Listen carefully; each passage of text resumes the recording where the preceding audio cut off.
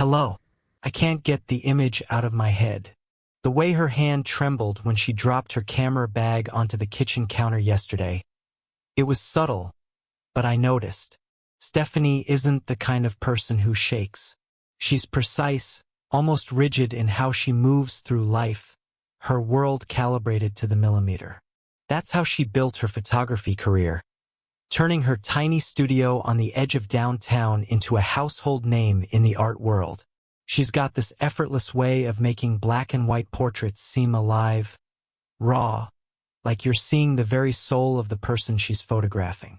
But yesterday, something was off. Let me back up. My name's Greg, 34 years old. I've been married to Stephanie for 6 years, together for 8. We have a 3-year-old daughter, Mia, who is the absolute center of my universe. Our life isn't perfect. Whose is? But it's good. Or at least I thought it was. Stephanie's studio is her kingdom. She's always been fiercely independent, which I loved about her at first. She took a leap of faith opening her own space, and within a few years, she was shooting for major magazines. Lately, though, her main focus has been this high-profile project for Femme Noir, a glossy women's mag known for pushing artistic boundaries.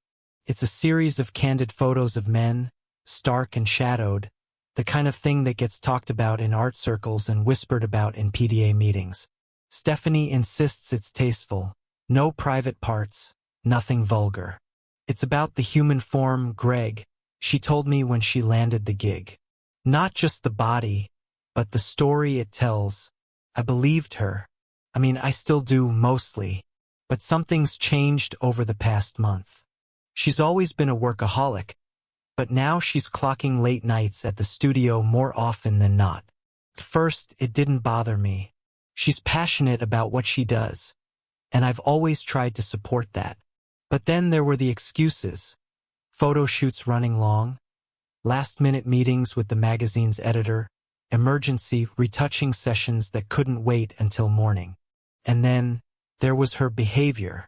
She's been strangely distant at home, her attention slipping even during the simplest family moments, like sitting down for dinner.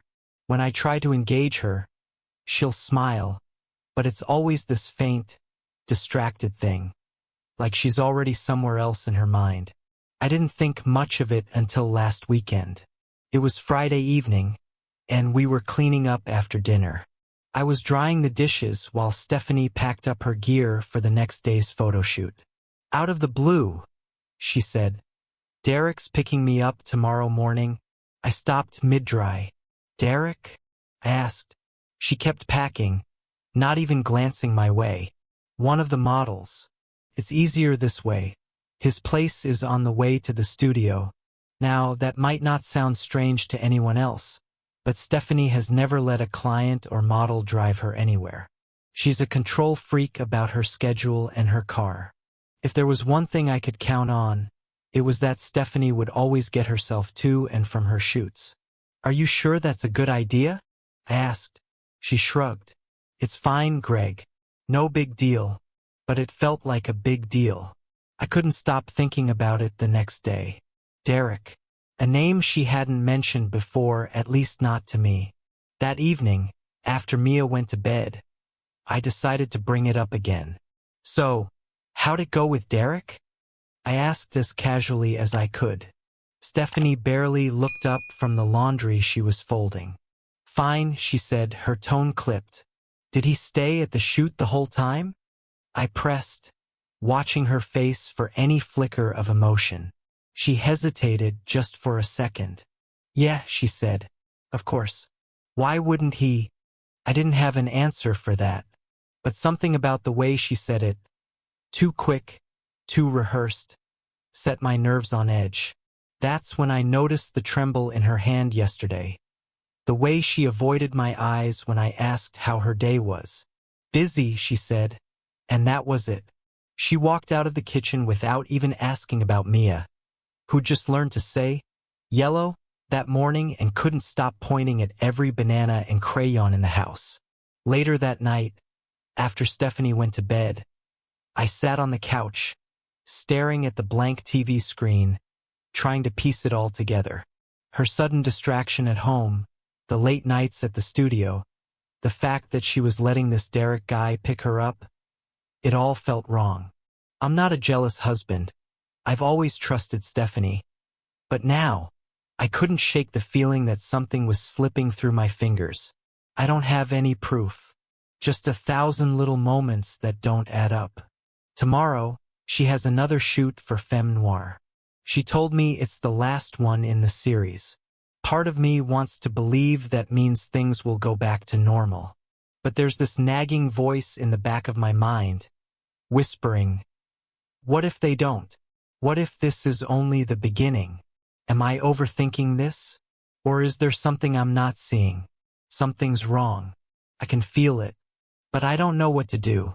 The next morning, I stood by the living room window, pretending to drink coffee, and watched Stephanie pack up the camera equipment. A few minutes later, an elegant black sedan pulled into the driveway. The man who stepped out of it was tall, broad-shouldered, and had the kind of chiseled jaw you'd see on the cover of a fitness magazine. I assumed it was Derek. Stephanie greeted him with a smile that was bright but a little too polished, as if she were preparing for a performance. They exchanged a few words that I couldn't hear, and then she moved to the passenger seat. As the car moved off, a strange uneasiness settled in my chest. I told myself it was just my imagination. Nothing had happened. Not yet. But the feeling didn't go away. Later that afternoon, I was cleaning out the laundry basket in the bedroom when I found it. A crumpled men's shirt mixed in with our clothes. At first, I thought it might be mine, but when I held it up, I realized it was way too big. It was a deep navy blue, wrinkled, with faint streaks of what looked like white paint across the sleeve. Definitely not mine, and definitely not Stephanie's. For a second, I thought it could belong to her assistant, Lily. Maybe Stephanie had grabbed it by accident during a shoot, but Lily was petite, barely 5 feet tall. This shirt looked like it belonged to a linebacker. I tossed it onto the bed and stared at it for what felt like forever, my mind racing with possibilities. Could it have been left behind by one of the models? Prop? But why was it in our laundry? And why didn't she mention it? I decided not to say anything yet. Instead, I folded it neatly and tucked it into the back of my closet, a secret waiting for an answer. When Stephanie came home that evening, she looked exhausted. Her hair was pulled into a messy bun, and she had faint smudges of makeup under her eyes. Long day, I asked, trying to keep my tone casual. She nodded, setting her camera bag by the door. Yeah. The shoot went well, though. Derek seemed nice, I said, watching her closely for a reaction. She didn't flinch, didn't even pause. He's professional, she said simply, then disappeared into the kitchen to pour herself a glass of water. I wanted to believe her, but the shirt burned in the back of my mind like a question I couldn't answer. Over the next few days, I started noticing other things. Small things, but they added up. For one, Stephanie had been dressing differently. She'd always had a clean, minimalist style, but now her outfits seemed more curated, more deliberate. Tight black jeans, silk blouses, heels that were far too impractical for lugging camera equipment around. Then there were her sudden absences. Twice that week, she claimed she had to run errands but came back hours later with nothing to show for it. When I asked where she'd been, she waved me off with vague excuses about supplies or meeting a client, but the strangest thing happened on Thursday night. I just put Mia to bed when I heard Stephanie talking in the kitchen. At first, I thought she was on the phone, but when I walked in, she was standing by the counter, staring at a blank spot on the wall. She stopped mid-sentence the moment she saw me, her face flushing red. "Who were you talking to?" I asked. "No one," she said quickly, too quickly. I was just thinking out loud. It didn't add up, but before I could press her, she changed the subject. asking about Mia's bedtime routine as if nothing had happened. Then, on Friday, there was the paintbrush. I was taking out the trash when I spotted it sticking out of the pocket of Stephanie's camera bag. It was thick and splattered with black and white paint, clearly used. I pulled it out and turned it over in my hands, confused. Stephanie wasn't a painter, and as far as I knew, none of her shoots involved painting. When she got home that night, I asked her about it. "Oh," she said, barely looking at the brush. "Derek brought it to the shoot. He was experimenting with body paint for one of the poses. I must have grabbed it by accident when I packed up." Her explanation sounded plausible enough, but something about the way she said it didn't sit right with me. By this point, I was starting to doubt myself. Was I reading too much into everything? Maybe Stephanie really was just stressed from work, and I was letting my imagination run wild.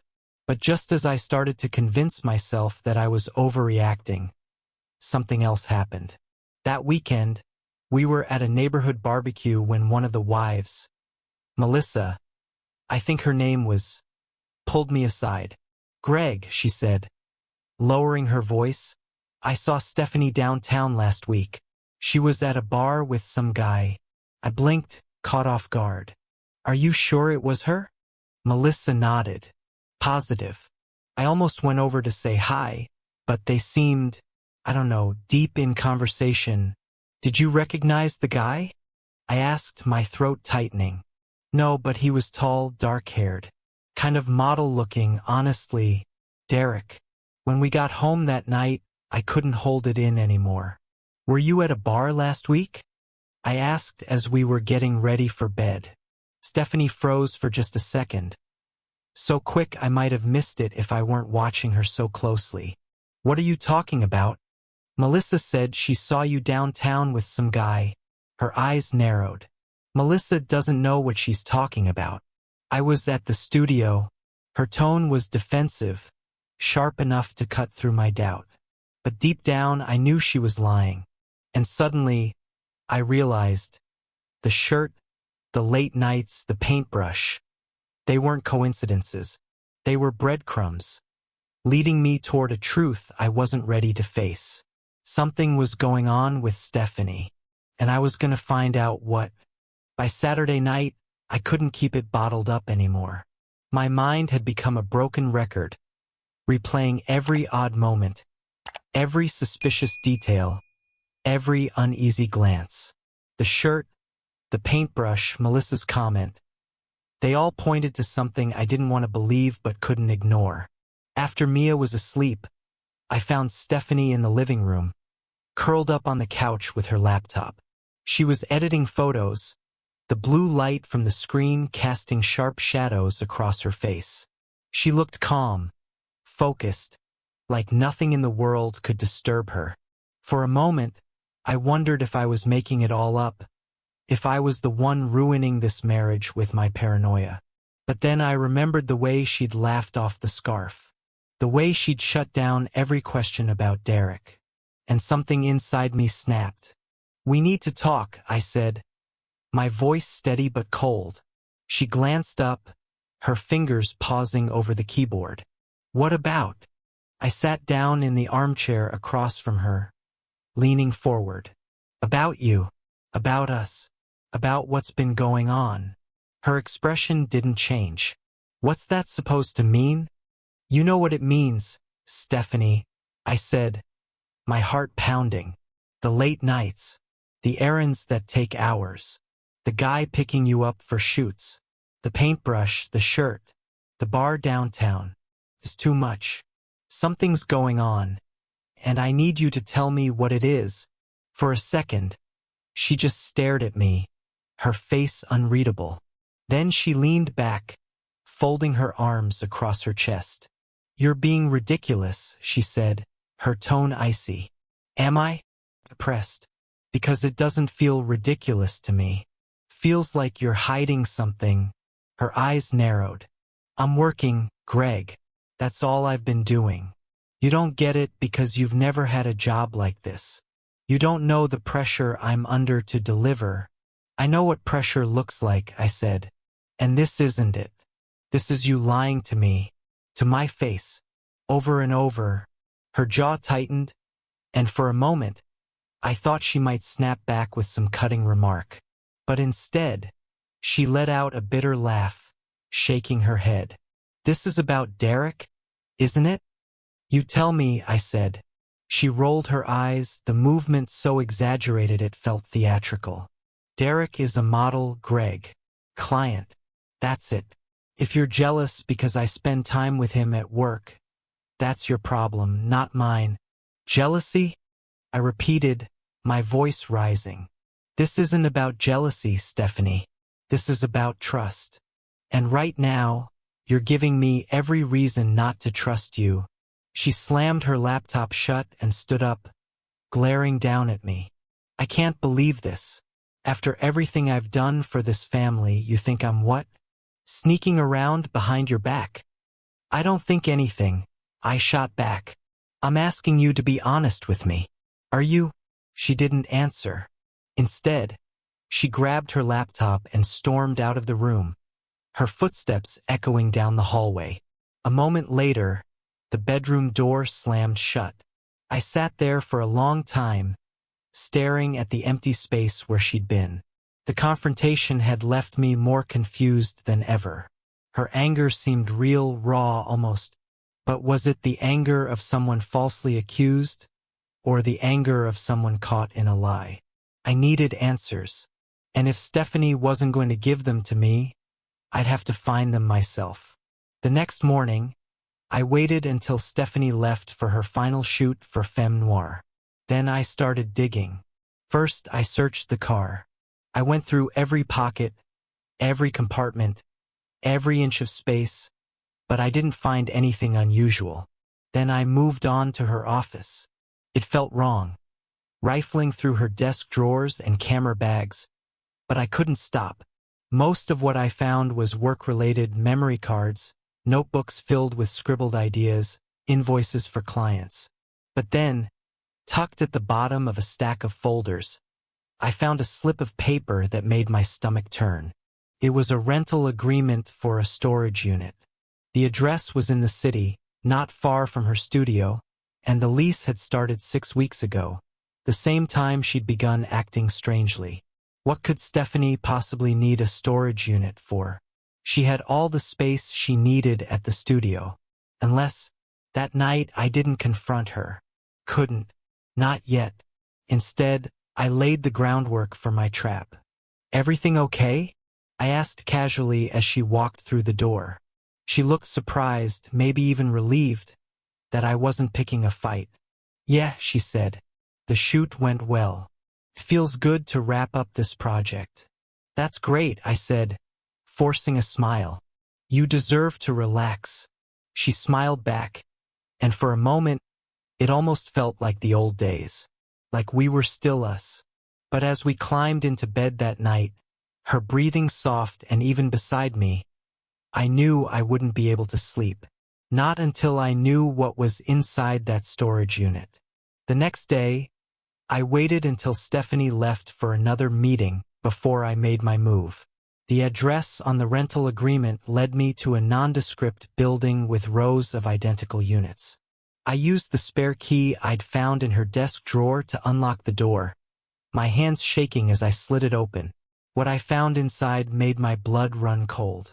The space was filled with canvases, stacks of photographs, and an easel spattered with paint. But what caught my attention were the portraits. Dozens of them, all of the same man, Derek. In some, he was shirtless, his body painted with abstract designs. In others, he was staring into the camera with a smirk that felt almost mocking. And then there were the ones that were intimate. I stepped back, my mind reeling. This wasn't just about an affair. This was something deeper, something darker. Stephanie wasn't just hiding her relationship with Derek. She was obsessed with him, and I had no idea what I was going to do next. I couldn't stop staring at the portraits. The faces, so similar yet distinct, stared back at me from the cold walls of the storage unit. Derek's smirk, confident and almost mocking, was unmistakable in some of the photos. But others weren't Derek at all. The older man in the pictures had the same piercing eyes and strong jawline, but his features were softer, weathered by time. A faint scar ran along his temple, and his expression was quieter, more reflective. Why were there so many photos of him? And why did they feel different? These weren't just professional shots. There was something unspoken in them, something that didn't belong in an art project. It wasn't just about the way he posed. It was the way Stephanie must have seen him. And that realization hit me harder than anything else. When Stephanie came home that evening, I was waiting for her. I'd spread the photos across the kitchen table, the fluorescent light casting harsh shadows over the glossy prints. She froze when she saw them, her face pale. "What's this?" she asked, her voice strained. "You tell me," I said, keeping my tone steady despite the fire burning inside me. "Why are there so many photos of this man? Derek's father? Who is he?" Stephanie. Her mouth opened, but no words came out. She looked at the table, then at me as if searching for an escape. Finally, she sank into the chair across from me, her hands trembling. "You went through my things? Don't make this about me," I snapped, my patience thin. "Not after everything you've been hiding. Who is he? And what the hell is going on?" Her eyes darted back to the photos. For a moment, she looked like she might try to deny it. But then she let out a shaky breath, her shoulders slumping in defeat. "His name is Ted," she said quietly. "He's Derek's father. And," I pressed, leaning forward, "what exactly is he to you?" Her lips quivered, and I could see the fear in her eyes. She hesitated, her gaze dropping to the table. "He was part of the shoot," she began, her voice trembling. "The magazine wanted a generational theme, fathers and sons, exploring masculinity through different lenses. Ted agreed to pose with Derek. It was supposed to be artistic. That's all. That's not all, is it?" I pressed, my voice harder now. Her breath hitched, and she looked away. "It wasn't supposed to happen," she whispered. "But things changed." "Changed how?" I demanded. She swallowed hard, her voice barely audible. "Ted, he had this presence, this confidence. I'd never felt anything like it before. And when we talked, it was like I couldn't stop myself. I clenched my fists under the table, trying to keep my voice calm. So what? You threw away everything we had for him? For a stranger?" "It wasn't like that," she said, her voice rising, tears streaming down her face. "It wasn't planned. It just happened. I didn't mean for it to go this far." "This far," I repeated, my voice shaking with fury. "Stephanie, do you hear yourself? This isn't just a mistake. This is a betrayal." The air between us was heavy, charged with anger and pain. For a moment, I thought she might try to defend herself, to offer some excuse that could explain it all away. But what she said next was even worse. "Greg, it wasn't just about Ted," she said, her voice trembling. "What does that mean?" I demanded. She hesitated, her gaze flicking back to the photos. "He made me feel alive in a way I hadn't in years. The excitement, the risk, it was intoxicating. I didn't think about the consequences. I didn't think about you. You didn't think about me? Or Mia? Or the life we built together?" I shot back, my voice rising. She buried her face in her hands, her shoulders shaking with silent sobs. "I was selfish," she admitted. "I know that now, but I don't know how to fix it, Greg. I don't know if I can." I stood up, the weight of her confession pressing down on me like a tidal wave. "You should have thought about that before," I said, my voice cold. "Before you destroyed everything we had." Her tears flowed freely now, but I couldn't bring myself to care. I grabbed the photos from the table and walked toward the door. "This isn't over," I said, turning to face her one last time. Not by a long shot. As I left the house, one thought burned in my mind. Ted wasn't just her lover.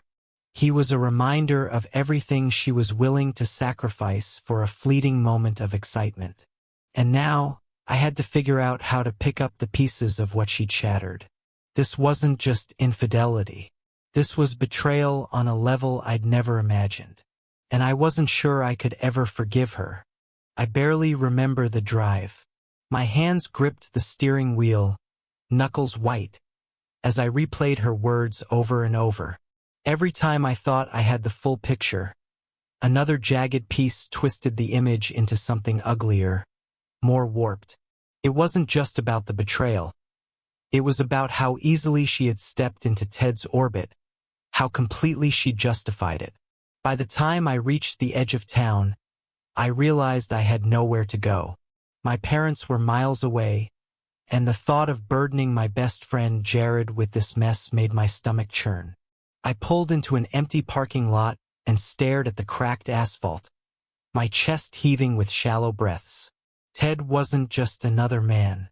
He was deliberate, calculated, someone who saw something in Stephanie that he could exploit, and she had let him. The next morning, I woke up on the couch, my neck stiff and my thoughts disjointed. I barely remembered driving home. The stack of photos sat untouched on the coffee table, a weight pressing down on the room. Mia's laughter floated from the kitchen, a cruel contrast to the heaviness in my chest. Stephanie was in there too, likely pretending everything was normal. But I couldn't let her keep up the facade. I walked into the kitchen, and Stephanie froze mid-step, a mug of coffee in her hand. Her eyes were red-rimmed, her face pale, but she still forced a cautious smile. "Morning," she said softly. "Mia, go play in the living room," I said, my voice steady but cold. Mia hesitated, her small hands gripping the back of her chair. She looked between us, sensing the tension, before scurrying off with her doll. The second she was gone, I turned to Stephanie. "We're not doing this," I said, my tone cutting. "We're not pretending everything's fine." She set the coffee cup down on the counter, her hands trembling. "Greg, please not now. I don't want Mia to." "You should have thought about Mia before you let someone like Ted into your life," I snapped. Her face crumpled, but I wasn't finished. "I want answers, Stephanie. Why did you do it? And don't give me some nonsense about feeling unseen." She hesitated, her lips parting as though to speak, but no words came out. "Was it his charm?" I asked, pressing harder. "His wealth? What made you look at him and decide he was worth ruining us for?" Her head bowed, her tears silent but steady. "It wasn't just about him," she whispered. "What does that mean?" I demanded, my voice rising. She looked up at me, her face twisted with guilt. "It wasn't just about him, Greg. It was about me. About what I wanted." "Wanted?" I repeated, my tone dripping with disbelief. She nodded, her voice breaking. "Ted, he's bold. He doesn't ask for permission or second-guess himself. He walks into a room and people listen. He's everything I've never had the courage to be. Being around him made me feel alive." Her words stung like a slap. "So that's what this is?" I asked. "You sacrificed everything we built for a man who exudes confidence?" "No, Greg," she cried. "It wasn't planned. I wasn't looking for this, but it happened, and You what?" I interrupted, my voice rising. "You couldn't stop yourself?" Her silence said more than words ever could. The days that followed passed in a fog. Stephanie and I barely spoke, and I threw myself into caring for Mia, clinging to the one part of my life that still felt stable. But the weight of her confession lingered, growing heavier with each passing day. One night, after putting Mia to bed, I sat down with the photos again. There was something in them I couldn't shake, something that felt like a loose thread waiting to be pulled. And then I saw it. In the corner of one photo, partially obscured by a curtain, was a flash drive. It wasn't there by accident. The way it caught the light made it seem deliberate. I rummaged through Stephanie's camera bag until I found it. The drive was unmarked, its contents unknown. But when I plugged it into my laptop, what I saw made my blood run cold. The drive was full of correspondence between Stephanie and Ted. The earliest messages were formal, discussing artistic direction and scheduling. But as I scrolled, the tone shifted. Asterisk Stephanie, this project will be big, bigger than either of us imagined. But it's not just about the art. It's about control. I know how to make sure we both get what we want. Asterisk. Control. The word lingered in my mind like a poison. Then I opened another email. Asterisk, you're doing great, Stephanie. Just keep following my lead. Once Greg is out of the picture, we'll have everything we need. Trust me. He'll never see it coming. Asterisk. The words blurred as I stared at the screen. This wasn't just an affair. Ted had a plan, one that involved me. When I confronted Stephanie that night, the color drained from her face. Where did you find that? She asked, her voice trembling. It doesn't matter, I said, holding up the flash drive. What does he mean? Once Greg is out of the picture. Her hands flew to her mouth, tears streaming down her face. Greg, I didn't know, she sobbed. I swear, I didn't know what he was planning. He said it was just about the project. Don't lie to me, I said, slamming the drive onto the table. He manipulated you, and you let him. She crumbled into the chair, her shoulders shaking. I didn't realize what he was doing until it was too late, she whispered. He wanted you gone, Greg. He said you were in the way. That I'd never succeed if I stayed with you. The words felt like knives, each one cutting deeper.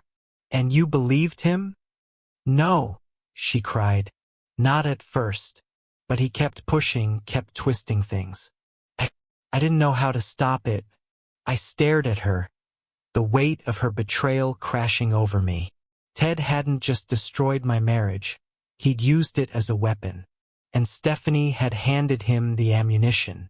This wasn't just about infidelity anymore. It was a battle.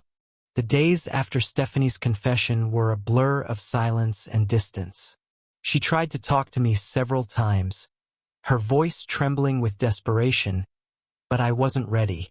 I couldn't listen without hearing Ted's words echoing in my head. Asterisk, once Greg is out of the picture, we'll have everything we need. Asterisk. Each time she approached, I turned away. I didn't trust her words anymore. I didn't trust her, period. One evening, as Mia slept upstairs, I sat alone in the living room, staring at the pile of evidence I had gathered. The photos, the flash drive, the emails. I felt like a stranger in my own life, a man standing on the edge of a cliff, looking down at the wreckage of everything I thought I knew. I couldn't keep living like this. Something had to give. Stephanie walked into the room, hesitating when she saw me. Greg, she began, her voice quiet. I looked up at her, my eyes tired but firm. We need to talk, I said. She nodded, sitting down on the far end of the couch, her hands clasped tightly in her lap. I've thought about this for days, I began, my voice steady but heavy. About what you did, about what you let Ted do to our marriage. Tears welled up in her eyes, but she didn't interrupt. You destroyed my trust, I said. You let someone manipulate you into believing I was the problem. And now you want me to believe it was all a mistake. It was, she said, her voice cracking. Greg, I didn't realize what was happening until it was too late. I was selfish. I was blind. But I love you. I never stopped loving you. Her words felt hollow, like an echo bouncing off empty walls. You love me? I repeated, my voice sharp. Then why didn't you come to me? Why didn't you talk to me before you let him tear us apart?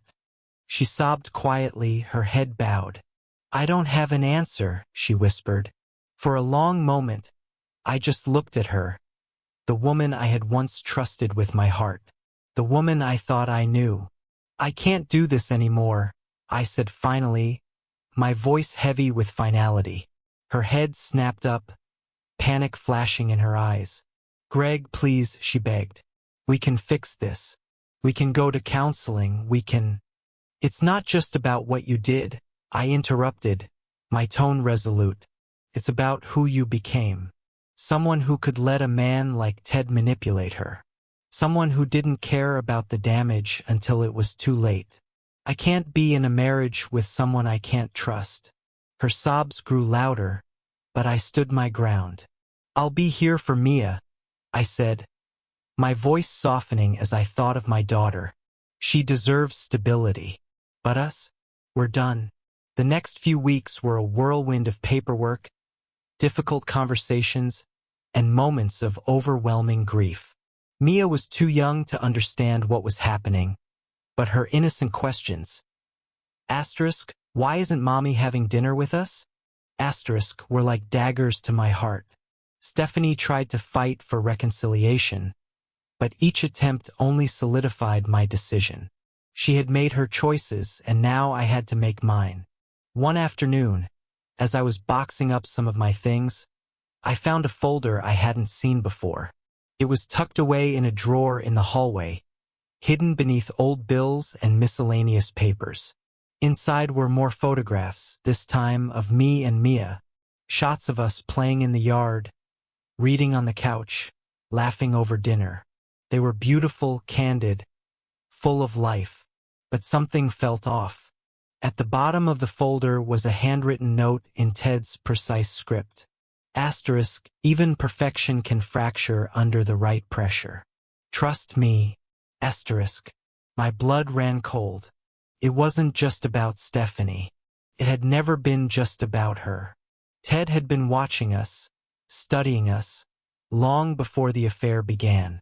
That night, I lay awake, staring at the ceiling as the implications swirled in my mind. Was this over, or was there more to come?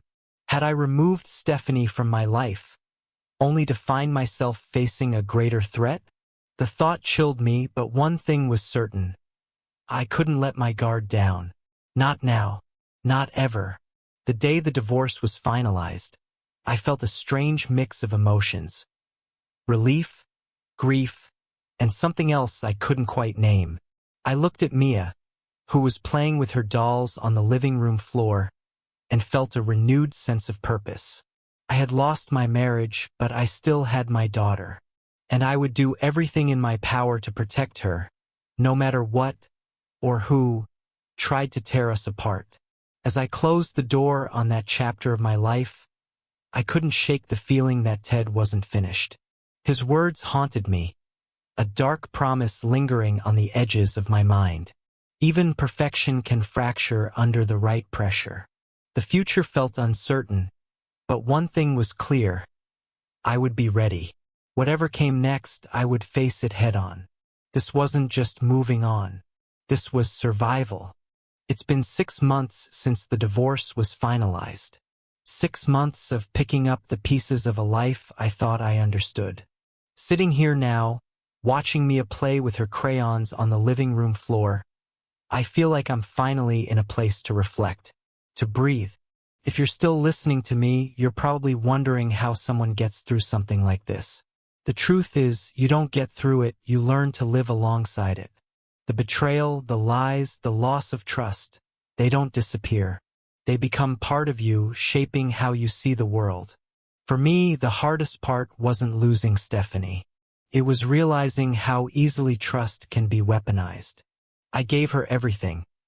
My heart, my loyalty, my belief that we were a team. And she used that trust to keep secrets, to let someone like Ted worm his way into our lives. And here's what I realized from all this. Trust but verify. It's not about being paranoid. It's about knowing that trust is a gift, not a given. If something feels off, don't ignore it. Pay attention to the small signs. They're often louder than you think. Your gut knows. I can't tell you how many times I brushed aside my instincts because I didn't want to believe what they were telling me. Don't do that. Your intuition is often your greatest ally. Protect yourself emotionally and legally. Whether you decide to stay or leave, make sure you're prepared. Document things, talk to a trusted friend or professional, and think through your options carefully. Your worth isn't tied to someone else's actions. It's easy to internalize betrayal, to think it's a reflection of something you did wrong. It's not. People make their choices, and those choices say more about them than they do about you. I've also learned a lot about love in these past 6 months. Love isn't just passion or excitement. It's trust, respect, and showing up for each other, even when it's hard. It's knowing that you're on the same team, that you have each other's backs. What I had with Stephanie, I don't think it was love. At least, not the kind of love I want to build my life around. As for Ted, I haven't heard from him since the divorce. I don't know if he's moved on to another project or if he's still out there watching, waiting. But I'm ready for him if he is. And Stephanie? She's in therapy, trying to figure out how she let herself get so lost. I hope she finds the answers she's looking for. Not for me, but for Mia. Mia deserves a mother who can be present, who can be better. If there's one thing I've taken away from all of this, it's this: betrayal doesn't define you. How you rise from it does. I'm not the same person I was 6 months ago. I'm stronger, wiser, and I know now that life is about more than just surviving. It's about building something worth living for. Anyone who feels that their world is crumbling, you're not alone. It hurts. Feels like the pain will never end. But it does. Slowly, piece by piece, you'll rebuild. And one day, you'll look back and realize that the things that broke you also taught you how to be whole. I'll leave you with this: trust is fragile, but so are lies. Both can shatter under the right pressure. The question is, which pieces will you choose to put back together? Did I do the right thing by breaking up with Stephanie? Let me know what you think in the comments below this video. Thank you for your attention. Bye.